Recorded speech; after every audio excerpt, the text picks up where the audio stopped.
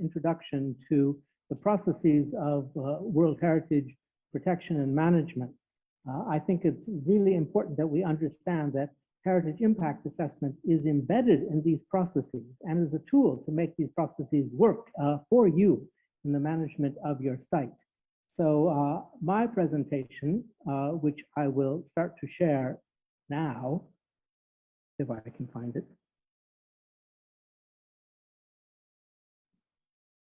is really simply going to be a bridging presentation between what now has been talking about in terms of the need and the processes that we are all involved with in managing and monitoring our sites so that we protect their outstanding universal value, and the specific mechanisms for conducting impact assessments, which will be the subject of Eugene's presentation following mine, and then the presentations that Julie and Ellen will go into in the after the break. Now, the reason I'm going to spend a little time on this idea of values-based management to World Heritage is because because sometimes this can be a little bit confusing or is thought to be a little bit confusing or hard to understand by people who are new to the process of conducting impact assessments. I want to actually assure you that it's not really that confusing or that difficult to understand, but because many newcomers to the process come into the process with the idea that it's very complicated and very complex. I hope we will try to demystify that complexity to make it really straightforward and easy for you to implement this. And the second point is that if we don't get this first step right, this idea of values-based approaches to heritage management, our impact assessment is going to go off the skids very quickly, very easily, and we'll spend a lot of time going in the wrong direction on it. And so in order to make sure that we do not go in this wrong direction, it's very important that we understand how the values-based approach to World Heritage or all heritage management underpins the process, the tools that we use in impact assessment. Now, I'm going to actually just cover 2 points in my presentation.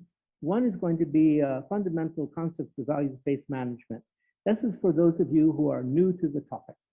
Some of you may be participating in the seminar, not because you're heritage managers, but because you are administrators, or because you're heritage impact assessors, or there's something else. So this will be a review for you. And the second part of it will be to establish this bridge between values-based management and the conduct of impact assessment as a tool for safeguarding those values. So one of the questions is that comes up right away is what do we mean when we say we are going to be protecting or managing values of a heritage property? And although this may seem quite straightforward to many of you, well, it would be more straightforward if my slides would move forward.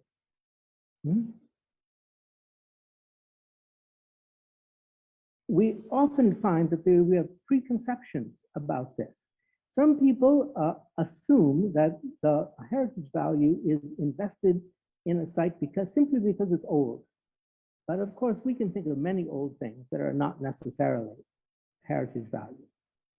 Other times, people think that it's simply because it's the biggest of something, the tallest mountain, the deepest ocean, the biggest coral reef. Sometimes it's just the biggest building in the world. Sometimes we think that is what constitutes heritage value. But that is also a very superficial understanding of value when it comes to heritage. And very often we see that it is mistaken, heritage value is mistaken for popularity the 10 most popular. In fact, the latest edition of National Geographic actually talks about the most popular archaeological sites of the more popular archaeological discoveries of the past decade. So there's this confusion that heritage value has to be either defined by age or size or popularity. But it is, in fact, both not as simple as this, but also more straightforward. But the first thing to remember is that we're not talking about some kind of a opinionated popularity contest. We're talking about things that have to do with defined scientific value. So we have to understand these values so that we can start our values-based management from the point of view of values. And we sometimes are in a situation where we have a statement of significance of those values already prepared by heritage authorities, either at the national, provincial, or local government level, and this can be our starting point. In the case of World Heritage Sites, we have statements of outstanding universal value, which gives us an even more in-depth, nuanced starting point to understand values. But as you will see as I continue with my presentation, sometimes we are in a situation where those statements of significance are unclear or are not detailed enough for us to understand what is the actual impact on the attributes of those values, or they might not even exist at all, especially if we're looking at impacts outside the protected boundaries of a World Heritage Site, into the buffer zone or into the larger setting. So let's look a little bit more at this idea of significance, or in the case of World Heritage, outstanding universal value. And to do this, we can go back to the documents that define these things, that represent the consensus of global world opinion on what these values are. The World Heritage Convention, of course, is our basic document, supplemented by, as now has clearly explained, the operational guidelines for this convention. But I also want to call your attention to something else that many of you may not know about. At the same time, the World Heritage Convention was adopted by the UNESCO General Conference in 1972. The UNESCO General Conference also adopted a recommendation for the implementation of the World Heritage Convention at the national level. This is important because it explains and tells us that the processes, the principles, the ideas, the tools that have been developed for managing World Heritage Sites are equally applicable for managing national heritage sites, provincial heritage sites, local heritage sites. It's a cascading management system, and that whatever kind of site you're managing, we can use the same tools and the same guidance and the same concepts to ensure that we are protecting the values at whatever level of administrative bureaucracy they have been defined. Now, that brings us to the idea of what is outstanding universal value. I'm sure that all of you have seen these definitions before and know them. Outstanding universal value is defined in the convention, the operational guidelines, as cultural or natural significance, which is so exceptional as to transcend national boundaries and be of common importance to the present and future generations of all humanity. And as such, the permanent protection of this heritage is of the highest importance to the international community. So we know this, but how does this interface with the idea of what we're going to do with monitoring and impact assessment? And these are the words that you need to pay attention to. The idea that we are doing managing and monitoring for the future of these sites, the future protection of the future importance of these sites, and that this is not just a one-off action, but is intended to provide permanent protection to the heritage of the site. These two concepts that we're acting in the future for the future protection and the permanent protection are very, very key to everything we do when we manage the outstanding universal value, protect the outstanding universal value, and use a tool like impact assessment to do so. Now, quickly, I'm going to show you some definitions from the World Heritage Convention that you probably haven't paid a lot of attention to before. This is the definition of natural heritage sites, and it includes natural sites. Yes, we know that, delineated natural areas. But this is the important part because it tells you about the values of outstanding universal value from the point of view of science or conservation. Not point of view of big or old or popular, but from the point of view of science or conservation. And if we look at culture sites, we see the same thing.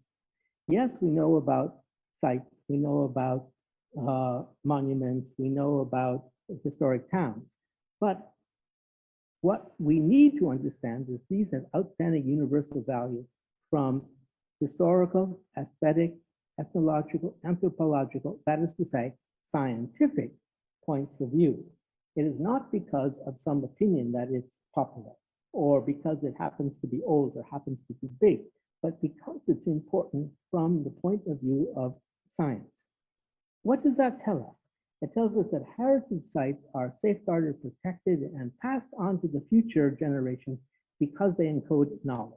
And that knowledge is important for us to understand the origins, history, evolution, diversity, development, and the current state of our world so that we can use that information to manage the future better.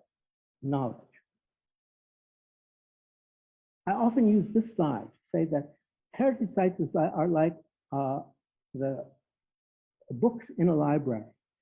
One book is very good, very nice, and it contains lots of knowledge, but in fact, the whole library is what you need to preserve in order to understand what is the value of heritage to the world as a whole.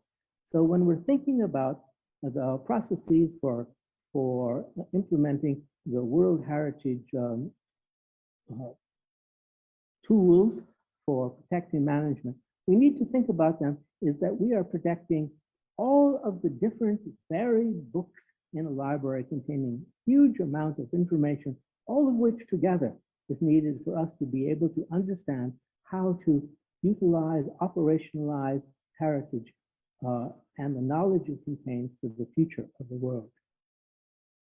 And that then brings us to the operational guidelines, as Mao has already talked to you about. Because in the operational guidelines, as she has explained, we are told that really we have to pay attention to three different pillars of outstanding universal value. Oh my goodness. The first pillar is the pillar of the criteria. I'm not going to go into this in very great detail because I think you all know about this, but only to say in paragraph 77 of the operational guidelines, it says that a heritage property is considered to have outstanding universal value if it meets one or more of 10 criteria. Now, I'm not going to go through those criteria for you now, especially since my slides don't seem to advance very neatly, but I do want to point out and let you see by the highlighting I have done on the slide that what we are talking about is scientific knowledge. Scientific knowledge about human culture, and scientific knowledge about the natural world. In other words, what gives a heritage site its value is the criteria of knowledge that it conforms to. But now let's move on to integrity and authenticity, because this is the point where actually the rubber hits the road when we are doing impact assessment. And this is extremely important to understand very, very well, very clearly. Now has introduced this, but let me go into a little bit more detail, because to be of outstanding universal value, the operational guidelines tell us that not only must a site meet one of 10 criteria, it must also meet conditions of integrity and, for cultural sites, authenticity. Now, these are not difficult concepts to understand. We can say that integrity is simply that of being whole, intact, complete, and authenticity is the characteristic of being truthful, credible, original, not fake. That's easy to understand, isn't it? But sometimes to operationalize that in terms of what we see on the site becomes a little bit more confusing. Now, in the world, the operational guidelines tell us about this. They tell us that integrity is measured by the extent to which a site includes all the elements necessary to express its value, is of adequate size, and doesn't suffer from adverse effects. The operational guidelines also tell us how to measure authenticity through a variety of indicators: form and design, materials and substance, use and function, etc. But again, let's try to visualize this a little bit more. And I think that you can see that take these examples of Venice, of the Vatican, of Angkor, and of the Beijing Imperial Palace to understand what integrity really means. Integrity means the coherence of the attributes which give the site its authenticity. And you can see that by looking at these kinds of pictures. If we're going to protect the site, we need to protect the coherence of all of these different attributes.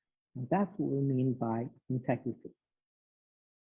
Equally, if we're looking at authenticity, we can understand that authenticity can be understood in terms of the continuity, the longevity of the attributes again. So sites which the longevity, whose attributes have a long history of continuity, those sites are the most authentic, whether they be landscapes or archaeological sites or cities or monuments. We can still ask the question and judge the authenticity by the continuity. So discontinuities in time or discontinuities in space are those things which jeopardize the outstanding universal value of a site. Integrity and authenticity is no more complicated than that. And then we go on to the third pillar, which is protection and management. Again, very quickly on this. I'm not going to give you a lecture about management plans, but I am going to tell you about how the idea of protection and management plans relates to impact assessment. So, for example, a heritage property is composed of an attribute. It might be a historic building, or it might be a monument, it might be an archaeological site, it might be a coral reef, it might be, it could be many things. Now, normally, we have more than one attribute and they cluster as sites, and this is what we call sites. So we have many attributes. When we can establish geographical boundaries and make a border around these clusters, then we can talk about an identifiable heritage property where the integrity and authenticity can be managed and safeguarded. But it doesn't stop there. Integrity and authenticity of heritage properties are protected by their buffer zones, the areas that protect, buffer the values. And it doesn't stop there. Heritage properties derive their meaning and protection from their setting. So when we are doing impact assessment, we can't take this small microscopic look at just the attributes. Yes, we have to understand each attribute. We have to identify each attribute, but we have to understand how that attribute relates to the other attributes, how those attributes together collectively are a site, how that site needs to be its borders protected, and how that whole constellation of meaning is given context by a larger setting. All of this has to be taken into consideration when we do an impact assessment. I use this picture to make it very clear. Everyone who will have seen this picture, our Cambodian colleagues know it by heart. This is simply an aerial photograph of Angkor. But it's very easy to see from this photograph what we mean about the necessity for protecting not only the individual monuments, such as, for example, Angkor Wat. We need to protect all of the cluster of monuments that contribute to the city that we call Angkor. We need to protect the surrounding area, the buffer zone, which consists of the farmland and the ancient settlements. And we need to understand and protect the larger environment to understand why Angkor is there in the first place, how it could have existed for so long, and why it has become a model for urban development to this very day. Very easy to understand the whole context of impact assessment when we look at a map such as this. So the take-home messages that I want you to focus on right now is that, first of all, heritage value is not determined by some opinion poll. It is valued because of the knowledge contained, and that knowledge is defined by the criteria. Those are criteria of human arts and sciences, and the integrity and authenticity of that knowledge is central to the management of our heritage property. So it should be very clear then to us that the protection of the integrity and authenticity of a heritage site extends well beyond one individual attribute of a site, well beyond the cluster of attributes, well beyond the site boundaries, well beyond the buffer zone, and into the larger historical landscape, the geographical landscape and the environmental setting, which can be, as we see in the case of Angkor, rather large.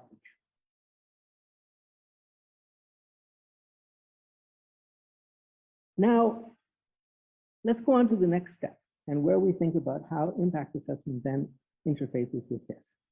And it's useful to just keep this kind of a graphic in mind. You know, we're trying to protect the significance, or in case of World Heritage, outstanding universal value, from risks.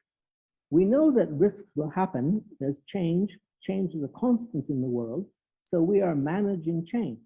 We can manage it proactively with our anticipation and our conservation planning, or when the change happens unexpectedly or in a way that makes us worried, we have reactive monitoring, and this is where impact assessment comes in. So impact assessment and conservation planning are two sides of the same coin of managing risk caused by change at any heritage site. Change in what? In the significance, the value, the knowledge embedded in that site.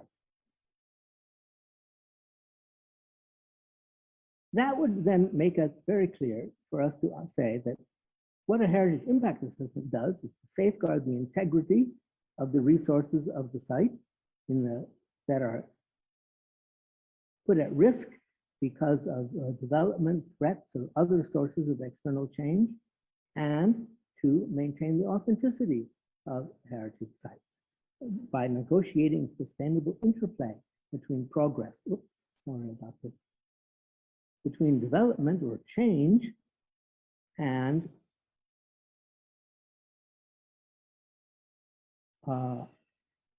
the maintenance of the values. Eugene is going to show you this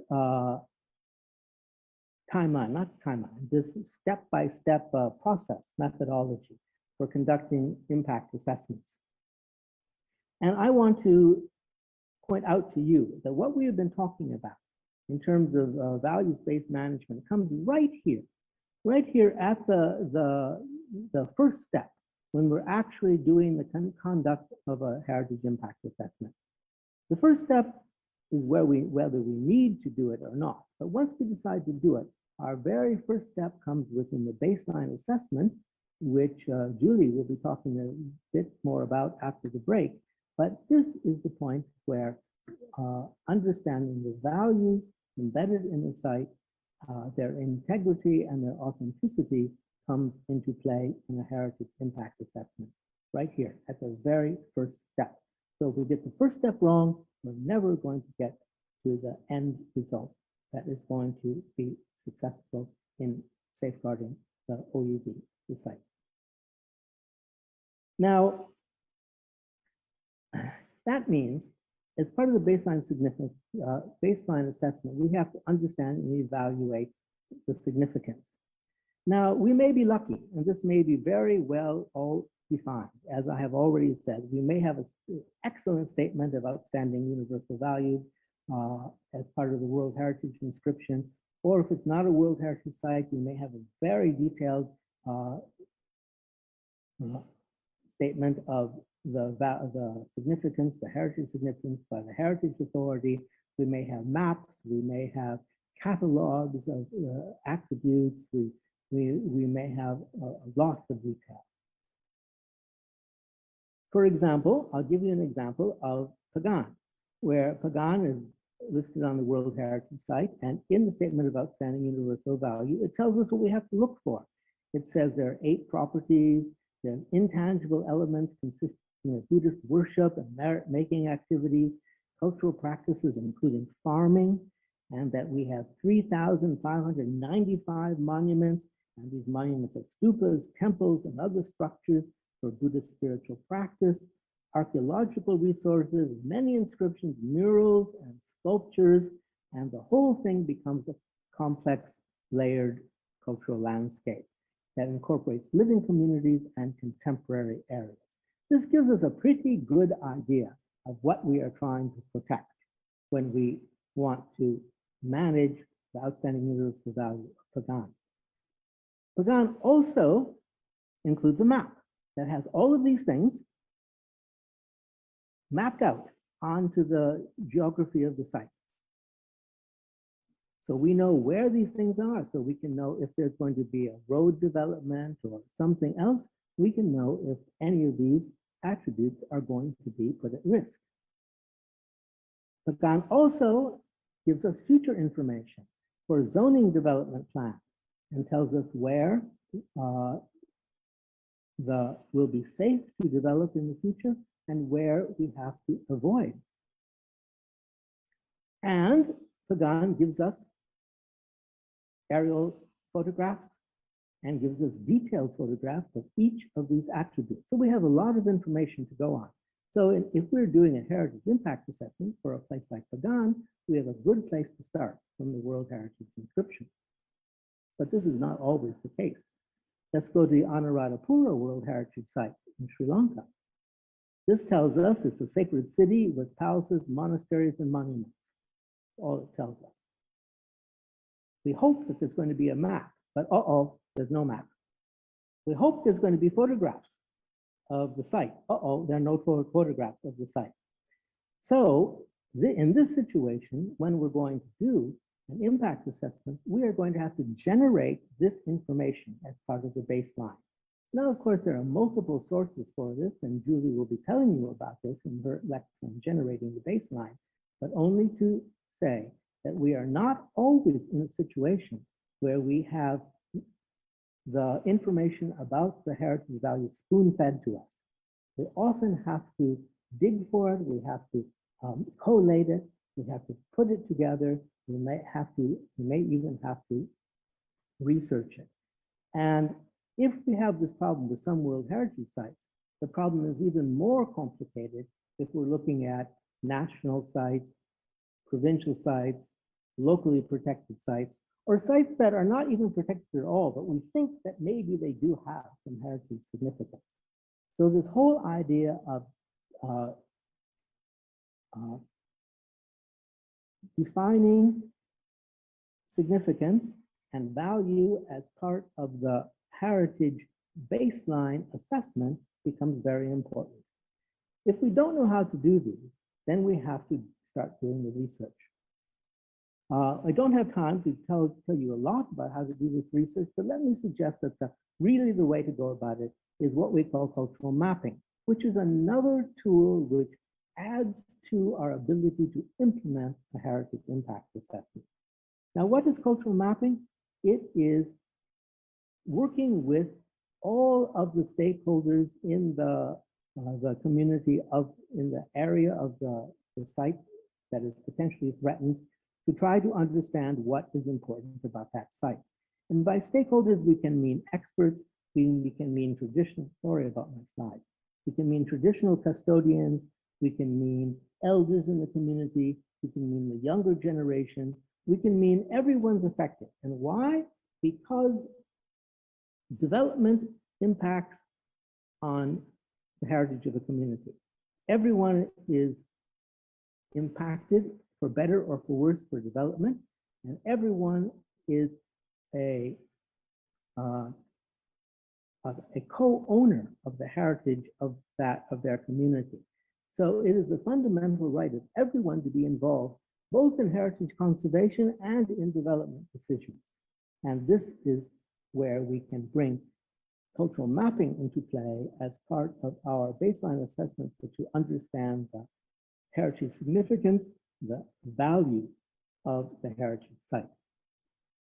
So by bringing together everyone's opinion, we can come up with a cultural map which translates those values onto the physical space of a heritage site.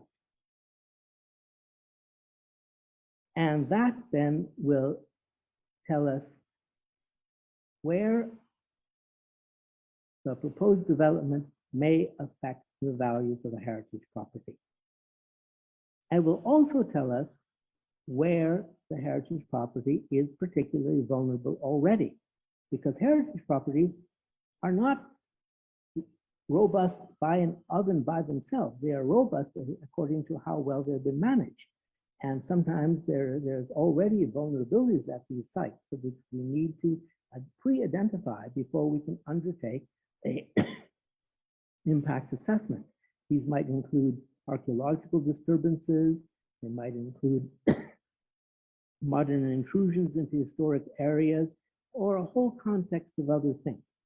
But only to say, and this is my final slide, that in order to go forward with a heritage impact assessment, we have to understand the heritage value, or we call it significance, of non-World Heritage sites. We have to understand the risks and threats to those attributes of that significance, of that value, and we have to understand the intersection of those two things. And when we can do that, then we are ready to undertake a heritage impact assessment of proposed development on the value of that heritage site. So it's very important that we start our process of heritage impact assessment with this values-based analysis of the significance and an understanding of the risks and threats that exist to the maintenance of that significance. When we're talking about monitoring and maintenance of the site, we are talking about this context, which is the basic underpinning of any heritage impact assessment study. I hope this will stimulate you to think about this. You will hear more about this today and tomorrow, and by the end of these 3 days, I'm sure this will all be very, very clear to you, and you'll be ready to go ahead and protect your heritage sites using heritage impact assessment methodology. Thank you very much.